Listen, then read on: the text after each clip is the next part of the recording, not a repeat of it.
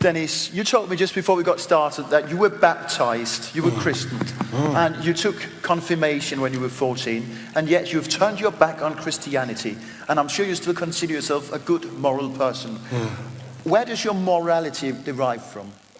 Well, it derives, again, as I said, from instinct, from and from my experience, We have an experience that people generally don't like to get tortured and killed and raped. That's a general experience. People who get to be that usually complain about it. And I also experience in my life that if I do good to people, I get a lot of goodness in return. It seems like a win-win situation. It seems like a pretty standard thing to do.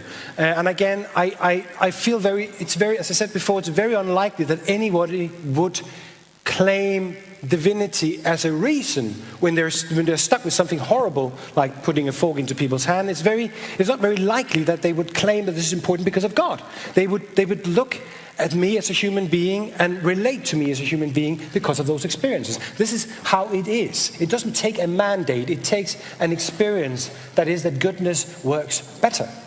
Frank, Dennis, he loves his children, I'm sure. He loves his wife. Right.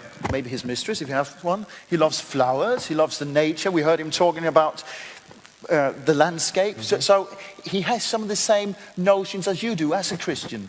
So how does that, morally speaking, make him different from your brand of morality? It doesn't. That's not my point at all. My point isn't that Dennis can't be a good guy. I'm sure he is a good guy. He drove all the way from Copenhagen to do this. He's a good guy, right? That's not the point. The point isn't whether or not atheists can be moral. Or let me be fair, an agnostic can be moral. The point isn't whether or not an agnostic or an atheist can know morality. Dennis knows morality. He said it's instinct. I might call it self-evident. We call that in our country. It is self-evident. You don't need the Bible to know right from wrong. In fact, even the Bible teaches that. It says that the law is written on the hearts of people. Everyone knows right from wrong. My point is not how we behave or how we know how we should behave. My point is, what is the standard of morality? Let me put it this way. An atheist can say there is no God and believe that certain things are right and other things are wrong. Just like somebody could read a book and know what the book says, but there would be no book unless there was an author of the book. And there would be no good unless there was an author of the good. See, on Dennis's view, it's just his opinion against Hitler's opinion. Now, I side with Dennis's opinion, but if there's no standard beyond you and Hitler, how do you decide or how do we know who's right? Well, because the majority of people believed he was an asshole.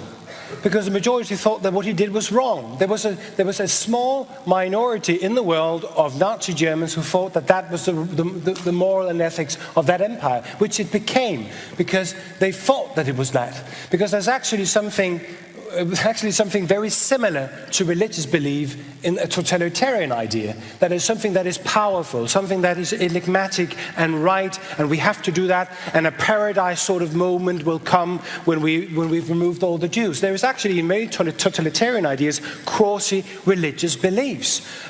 So again, as you can see, we have many examples of religious people doing horrible acts because they were certain of that.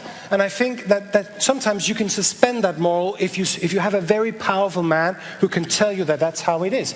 That's the danger of totalitarian ideas, and certainly also the danger in religion. Yeah, but Dennis, is your view that morality is determined by the majority?